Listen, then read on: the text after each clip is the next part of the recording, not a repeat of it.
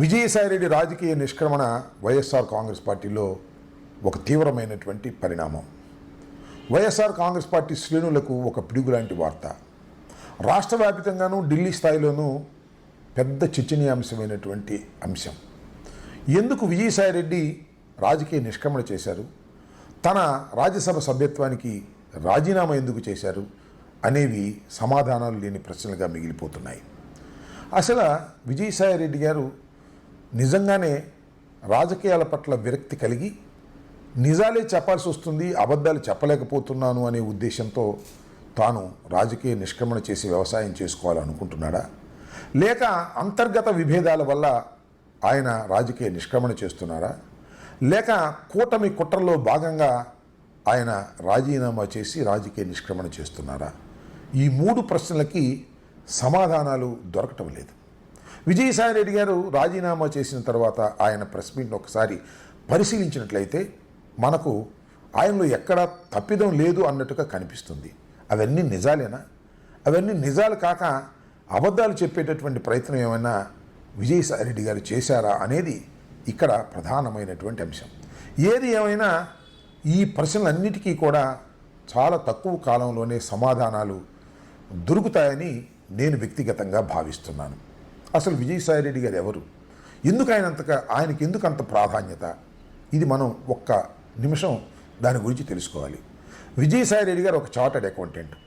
రాజశేఖర రెడ్డి గారి తండ్రి గారు అయినటువంటి రాజారెడ్డి గారు వెరైటీస్ గనుల వ్యాపారం చేసే రోజుల్లో చార్టర్డ్ అకౌంటెంట్గా పరిచయమై అప్పటి నుంచి ఇప్పటి వరకు విజయసాయిరెడ్డి గారు రాజశేఖర రెడ్డి గారి కుటుంబంతో మిళితమై ఉన్నారు. ముఖ్యంగా వ్యాపార సంబంధాలు. రాజశేఖర రెడ్డి గారి టైంలో కూడా ఆయన చార్టర్డ్ అకౌంటెంట్గా ఉన్నారు. రాజశేఖర రెడ్డి గారి తదనంతరం కూడా జగన్మోహన్ రెడ్డి గారి లావాదేవీలన్నీ కూడా ఆయనే చూస్తూ వచ్చారు. వాస్తవంగా చెప్పాలంటే ఆర్థికంగా ఉన్నటువంటి అంశాల మీద ఆయనకున్నటువంటి పట్టు ఇంత అంతా కాదు. అయితే రాజశేఖర రెడ్డి గారు ముఖ్యమంత్రిగా ఉన్న సమయంలో ఆయన తిరుమల తిరుపతి దేవస్థానానికి 2 సార్లు మెంబర్గా అపాయింట్ చేయడంతో ఆయన వెలుగులోకి వచ్చారు. ఆ తర్వాత రాజశేఖర రెడ్డి గారి మరణం తర్వాత, జగన్మోహన్ రెడ్డి గారు రాజకీయ పార్టీ పెట్టిన తర్వాత, జగన్మోహన్ రెడ్డి గారి మీద ఎడతెరిపి లేకుండా కేసులు నిర్బంధాలు వచ్చిన తర్వాత విజయసాయిరెడ్డి గారు చాలా వెలుగులోకి వచ్చారు. ఒక మాటలో చెప్పాలంటే A2గా ఆయన కేసుల్లో ఉండటమే కాదు, రాజకీయ పార్టీలో కూడా నెంబర్ 2గా ఉన్నాడనేటువంటి భావన కలిగేది. కొంతకాలం అసలు అన్ని విషయాలు విజయసాయిరెడ్డి గారు చుట్టూనే తిరుగుతూ ఉండేవి. 2014లో జగన్మోహన్ రెడ్డి గారు ఓడిపోయిన తర్వాత, 2019లో జగన్మోహన్ రెడ్డి గారు ముఖ్యమంత్రిగా అయిన తర్వాత విజయసాయిరెడ్డి గారు చుట్టూనే రాజకీయాలు తిరుగుతూ వచ్చాయనేది అందరికీ తెలిసినటువంటి సత్యం. చాలా గొప్ప పాత్ర ఆయన పోషించాడు, పార్టీ అధికారంలో ఉన్నప్పుడు లేనప్పుడు కూడా అనేది కేడర్ యొక్క అభిప్రాయం. ఆయనకి నా అభిప్రాయం ఏమిటంటే గొప్ప పాత్ర పోషించేటటువంటి అవకాశాన్ని జగన్మోహన్ రెడ్డి గారు ఆయనకి కల్పించాడనేది నా ఉద్దేశం. ఏది ఏమైనా విజయసాయిరెడ్డి గారు పార్టీ నుంచి బయటికి వెళ్ళటం, రాజకీయాల నుంచి నిష్క్రమించటం అనేది వైఎస్ఆర్ కాంగ్రెస్ పార్టీని తీవ్రమైనటువంటి నష్టానికి గురి చేస్తుందనే ప్రచారం మెండుగా సాగుతుంది. గురి చేయటమే కాదు, అయిపోయింది ఇక వైఎస్ఆర్ కాంగ్రెస్ పార్టీ పని. జగన్మోహన్ రెడ్డి గారికి అత్యంత సన్నిహితుడైనటువంటి విజయసాయిరెడ్డి వెళ్ళిపోయిన తర్వాత ఇంకా జగన్మోహన్ రెడ్డి వెంట ఎవరుంటారు? జగన్మోహన్ రెడ్డి గారి పార్టీ ఇంతటితో అయిపోతుందనేటువంటి ప్రచారాన్ని కూడా చాలా విరివిగా రాజకీయ పక్షాలు, వ్యతిరేక రాజకీయ పక్షాలు చేస్తూ ఉన్న విషయాన్ని కూడా మనం చూస్తున్నాం. ఒక విధంగా చెప్పాలంటే రాజకీయ ప్రత్యర్థులకు విజయసాయిరెడ్డి ఒక ఆయుధాన్ని ఇచ్చాడు. ఎందుకు విజయసాయిరెడ్డి గారు ఈ సందర్భంలో పార్టీ కష్టకాలంలో ఉన్నప్పుడు, కేవలం 11 ఎమ్మెల్యేలు మాత్రమే గెలుచుకున్నప్పుడు ఎందుకు ఆయన రాజకీయ నిష్క్రమణ చేశాడు? ఇంకా 3.5 సంవత్సరాల పాటు రాజ్యసభ్యుడిగా కొనసాగే అవకాశం ఉన్నప్పుడు అనేది ఇక్కడ చర్చ. చాలామంది వెళ్ళిపోయారు. అంతకుముందు కూడా 3 పార్లమెంటు సభ్యులు వెళ్ళిపోయారు. ముఖ్యంగా మరి మోపిదేవి రమణారావు గారు, ఆర్ కృష్ణయ్య గారు, బీరా మస్తాన్ రావు గారు, ఈ 3 పార్లమెంటు సభ్యులే. ఈ 3 కూడా పార్టీని వదిలిపెట్టి వెళ్ళినప్పుడు కూడా ఇంత నిరుత్సాహం కానీ ఇంత చర్చ కానీ జరగలేదు. కానీ విజయసాయిరెడ్డి వెళ్ళిపోవడంతో పెద్ద చర్చ జరుగుతూ ఉన్నది. ఈ చర్చకు వైఎస్ఆర్ కాంగ్రెస్ పార్టీ కార్యకర్తలు కూడా గురవుతున్నారు. విజయసాయిరెడ్డి వెళ్ళిపోయాడే, ఇక పార్టీ ఉంటుందా, బ్రతుకుతుందా, పార్టీ కొనసాగుతుందా అనేటువంటి అంశాలు చాలా బజార్లో చర్చించుకుంటున్నారు. అందువల్ల ఇక్కడ నేను ఒక విషయాన్ని చెప్పదలుచుకున్నాను. అధికారం లేనప్పుడు చంద్రబాబు నాయుడు గారి అధికారం లేనప్పుడు. సుజనా చౌదరి, సీఎం రమేష్ చాలా సన్నిహితంగా ఉండేవాళ్ళు చంద్రబాబు నాయుడు గారితో, వదిలిపెట్టి వెళ్ళిపోయారు. అంతేకాదు 2014లో అధికారం వస్తుందనుకుని జగన్మోహన్ రెడ్డి గారు పోటీ చేస్తే అధికారం రాకపోతే ఎంతమంది వెళ్ళిపోయారు గుర్తుందా? చాలామంది వెళ్ళిపోయారు. 23 శాసనసభ్యులు వెళ్ళిపోయారు, అవతల మంత్రులుగా కూడా చేశారు. అంటే అధికారం లేనప్పుడు ఇతర పార్టీల్లోకి వెళ్ళిపోయే స్వభావం చాలామందికి రాజకీయాల్లో ఉంది. అలా వెళ్ళారు.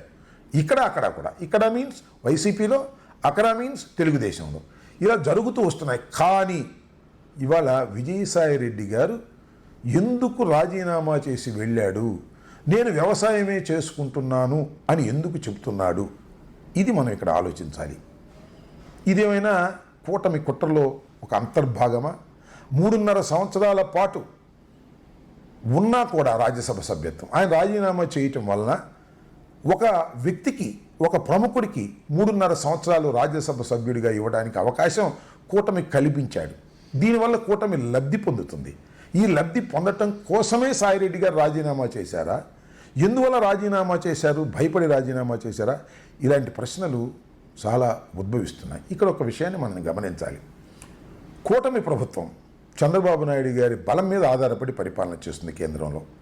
ఇవాళ చంద్రబాబు నాయుడు గారి అభిప్రాయం ఏమిటంటే కూటమి ప్రభుత్వంతో జగన్మోహన్ రెడ్డి గారిని అనేక రకాలుగా ఇబ్బంది పెట్టి బలహీనపరిచి తన తెలుగుదేశం పార్టీని బలవంతమైన పార్టీగా చేసుకోవాలనేటువంటి ఒక కుట్ర జరుగుతూ ఉంది. ఈ కుట్రలో భాగంగానే ఇది జరిగిందా? కూటమి ప్రభుత్వం చంద్రబాబు నాయుడు గారి మాట విని జగన్మోహన్ రెడ్డి గారిని అన్ని రకాలుగా ఇబ్బంది పెట్టాలనేటువంటి ప్రయత్నం ఏమైనా చేస్తుందా? లేకపోతే చంద్రబాబు లాంటి వాడిని నమ్ముకుని జగన్మోహన్ రెడ్డి గారి మీద కక్ష సాధింపు చర్యలో, కేసులో, కుట్రలో చేస్తే సుదీర్ఘ కాలంలో జగన్మోహన్ రెడ్డి గారితో కూడా మనకు అవసరాలు వస్తాయి అనేది మోడీ, అమిత్ షా ఆలోచించి చంద్రబాబు నాయుడు గారు చెప్పిన పనులన్నీ చేస్తున్నట్టుగా నటించి కాలయాపన చేస్తారా? ఇది చాలా ఆలోచించదగినటువంటి అంశం.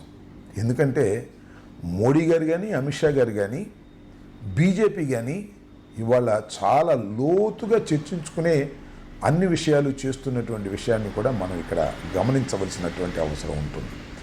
నేను మీ అందరికీ చెప్పదలుచుకుంది, నిజానికి నిన్నే నేను మీ అందరితో మాట్లాడాలని అనుకున్నాను. కానీ పని ఒత్తిడి వలన నేను విశాఖపట్నం వెళ్ళటం వలన నేను ఈ వీడియో చేయలేకపోయాను. ఆలస్యంగా చేస్తున్నాను. ఒక్క విషయాన్ని చాలా స్పష్టంగా వైఎస్ఆర్ కాంగ్రెస్ పార్టీ శ్రేణులకి, కార్యకర్తలకి చెప్పదలుచుకున్నాను. నిజమే, విజయసాయిరెడ్డి వెళ్ళిపోవటం అనేది మోరల్గా చాలా బాధ కలిగించేటటువంటి అంశం.